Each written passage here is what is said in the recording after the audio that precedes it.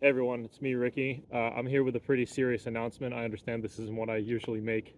I'd like to keep the main channel dedicated to the documentary stuff only, but I figured this was kind of important enough to warrant making a main channel video to spread awareness and use my platform for something that's going to affect us all, frankly. So last night, Twitch essentially rolled out what is one of the worst updates I've ever seen in the history of the platform. They are imposing a 100-hour Twitch highlight limit, which means if you have highlighted more than 100 hours on your Twitch page, you cannot highlight anything anymore, and they will begin, starting in 2 months, I think it's April 19th, they will begin deleting highlights from your Twitch page, starting with the least viewed all the way up until the limit is free. Now, for a lot of older creators like me, I have 1,200 hours on Twitch of highlights. These are old world records, old speedrun highlights, ancient history, something that I try to document well and preserve as best as I can. And Twitch is just no longer going to be a place where I can do that. It's just a really terrible thing that's happening here. A lot of history is going to just be erased.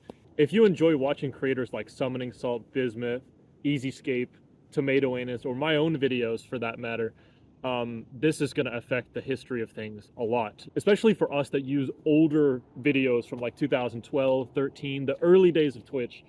Those older highlights could just be gone forever. And so I'm not worried about being able to find methods to export your videos onto YouTube or maybe a local download. In fact, I will try. I'm not very tech savvy, I will say that, but I will try and show you a method to use tools in order to be able to create an archive yourself of your own videos if you are in need of that. But yeah, I'm not really worried about is it going to be difficult to archive this kind of stuff. I'm worried about the people that are no longer around, people who have not speedran in 10 years, people who are deceased. You know, these ancient videos are just going to be erased. And I think it's absolutely mind-boggling that we speedrunners, I mean, this of course affects every old creator and people that use the highlight feature a ton. I think the most I ever saw was somebody with 22,000 hours of Twitch highlights. I mean, I saw some pretty crazy numbers on Blue Sky last night and this morning. It was pretty insane. It just baffles me because the speedrunning community as a whole, we helped build Twitch up into this space. People flocked to Twitch to view streamers do attempts, and they came for GDQ and they came for ESA and other speedrunning marathons that absolutely take over the website. At least back in the early days, they took over the website when it was on for a full week. I mean, it was a spectacle at the time. So to just completely discard that in itself is just kind of mind-boggling. I don't really know what else to say. I mean, we already lost so much history back in the day when past broadcasts were not ever saved and they were just deleted permanently. I'm willing to bet that 50% of all speedrun history was deleted in that very moment, and we could lose another 50%. So if we just keep getting cut down to that list, like last 1%, if that keeps happening, then I'm kind of out of a job. I don't know how I'm supposed to be able to cover record history videos without the old footage. It's just difficult to cover this kind of stuff without video proof and without reviewing how the runs were back in the day. So yeah, I don't think there's much we can really do to prevent this. It's pretty sad, but the best thing we can do is just to prevent as much damage as we can by downloading our own videos and putting it on an archive, maybe on YouTube or somewhere else. And if you know that there's a community member who is very influential for your scene and has tons of highlights and whatnot, download their videos, make an archive, get a team together, and just try your best to recover the footage, because I think that's the best thing you can do. I don't really have much else to say. Again, this isn't the type of video I usually make. I usually stay to the speedrun documentaries. I'm working on Arrow 9. Just give me some time. But I'm going to try my best to learn a little bit about these various tools that can help you download all of your videos and put them on YouTube or other software. So I'm going to cut to that right now, and appreciate you guys watching. Thank you so much. Welcome back, everyone. I'm going to show you how to get your Twitch highlights onto your computer and also onto YouTube. Now, if you don't have a lot of highlights in general, I do recommend just using Twitch's basic export feature, and I'm going to show you how to get to that real quick. Click on your profile here. You're going to go to Creator Dashboard, go to Content, Video Producer, and thank you, Twitch. We know. Trust me, we know. So you do need to connect a YouTube account in order to make this as simple of a process as it is.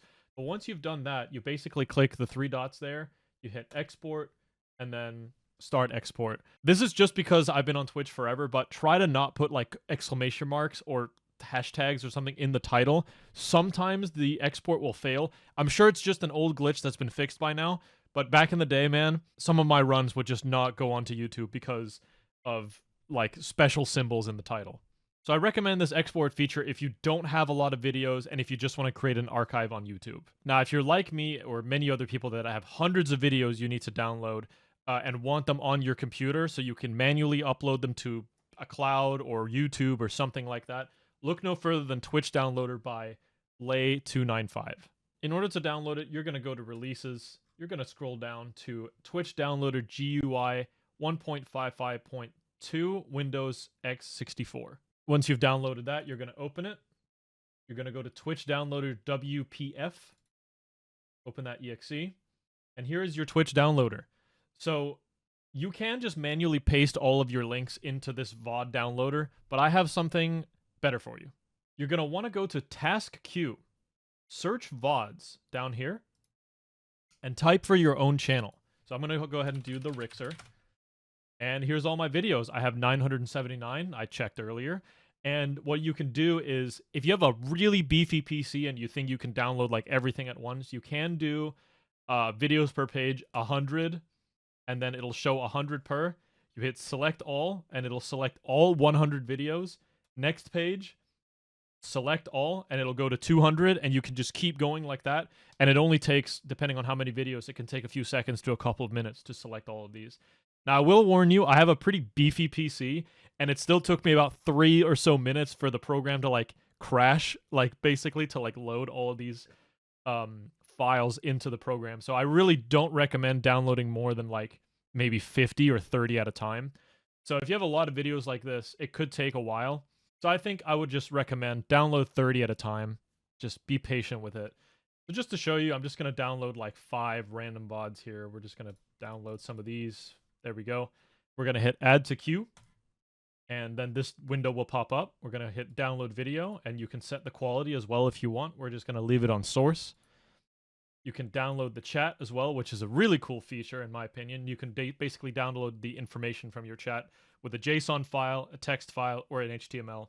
And you can also hit render chat, which will create a video of your chat live when everything happens. So it's almost like the chat is like typing in real time, which is really cool. So what we're going to do is we're going to hit add to queue. And if you choose to download the chat, you'll have a couple different things. So you can see this Mega Man X6 run.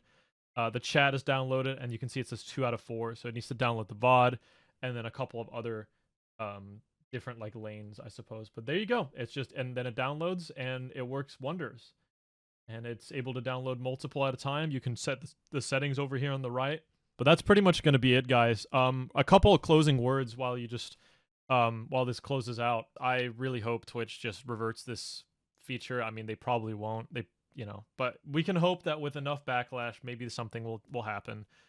But I severely doubt it. One more thing to mention is that you might want to reconsider if you're a speedrun.com mod and you are somebody that accepts speedruns for speedrun.com and your leaderboards, you might want to start thinking about only allowing links from YouTube, because on Twitch, if you exceed the limit, again, it's possible that a link could randomly disappear and a run could disappear. So I would highly suggest just only accepting YouTube or another platform that's a little bit more secure in this manner. I just want to say thank you if you've made it this far in the video for listening to me and hearing me out, because I really care about video preservation and world record history and just gaming history in general. I know most people probably don't, but I do. And I know many other people do as well. I mean, you could see literal uproars on Blue Sky, Twitter, various Discord servers and whatnot. Let's just hope for the best, man, and just try to prevent as much damage as you can. Recover your runs, recover other people's runs. This tool's pretty easy to use. Just archive as many things as you can, and let's just hope for the best in the future. Thanks for watching, and I'll see you guys next time in an actual documentary. So, peace out.